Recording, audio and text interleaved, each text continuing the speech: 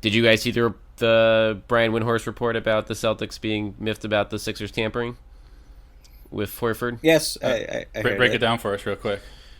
Yeah, so pretty much. I mean, he didn't go into details really, but the long and the short of it would be, Horford opted out of his $30 million option in mid June, and later that day, according to various reports, told the Celtics, his agents, like, hey, pretty much broke off negotiations, which was signaling that, hey, I'm going somewhere else, and I know there's the money I want is out there for me. And a lot of people have been pointing out, hey, like, the Celtics did this too of Kemba Walker, and yeah, tampering's part of the NBA. All true.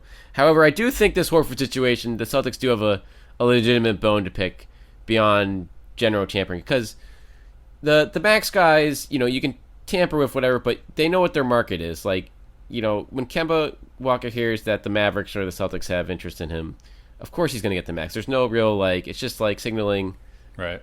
hey, we're going to give you what you want. With Horford, this was more than that. This was like giving the Sixers the window to negotiate 3 weeks before they could have. And that, honestly, I think helped them get all their ducks in a row to make all these subsequent moves, i.e., trading Jimmy Butler for Josh Richardson, which in effect opened up the cap room to sign Horford all in that first night within like 3 hours of free agency.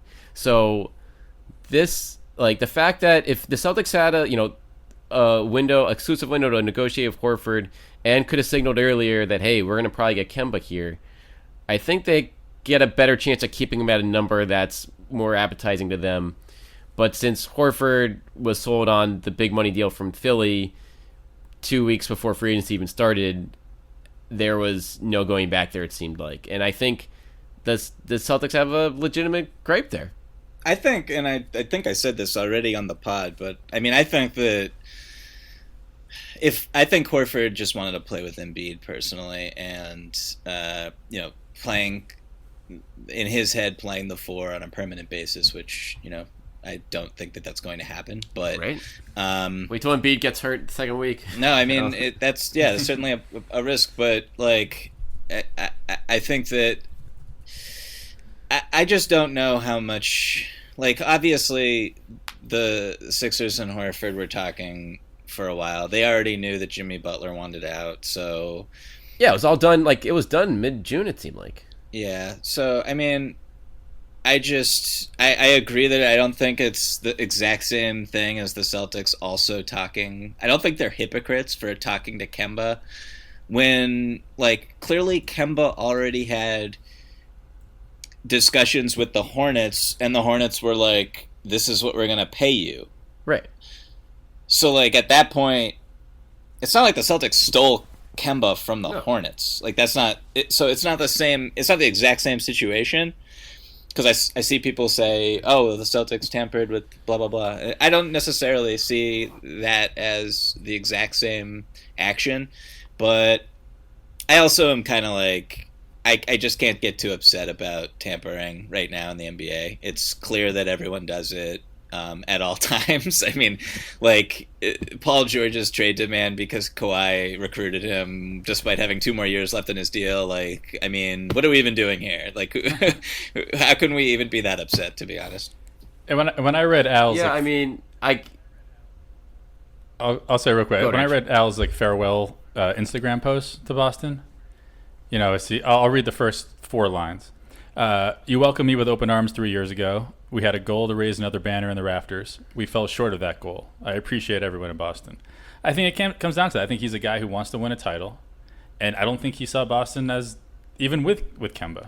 I think with that when Kyrie left, or for other reasons that we just don't know about yet. Maybe it has to do with some of the younger guys. Who knows? But I don't think that he thought that Boston was a place that he could win a title anymore, and he thought that Philly gave him a better chance. Obviously, Philly's also given him a bunch of money. But I really feel like the chance to win, and that's part of playing with Embiid, right? Just that he's, has a chance to be the best center in the league for the next 5 years. Player. He has a chance to be the best player in the Sure, league. yeah, that's fair. That's the best player in the league for, like I say, for the next 5, 6, 7 years. I don't know if he can last that long, but at least for the next 3 years. Yeah. So yeah, I think it was about winning. I do. Can't blame I him. think the money was negligible at the point that Al was making the decision. The second thing is that I should tell you guys about our sponsor. It's betonline.ag, and it's the best spot to place your bets for anything you like to bet on. Basketball, football, and baseball. They have darts, tennis, and rugby. Live betting, virtual casino. As always, there are many prop bets. The one I'm going to bring up today is the odds to win the Eastern Conference that they just posted. Milwaukee's the favorites at 2-1. Philly is next at 3-1, and the Boston Celtics at 7-1, or third right now to win the Eastern Conference. The Nets and Raptors are both 8-1 under that. But betonline.ag is CLNS Media's preferred sportsbook online.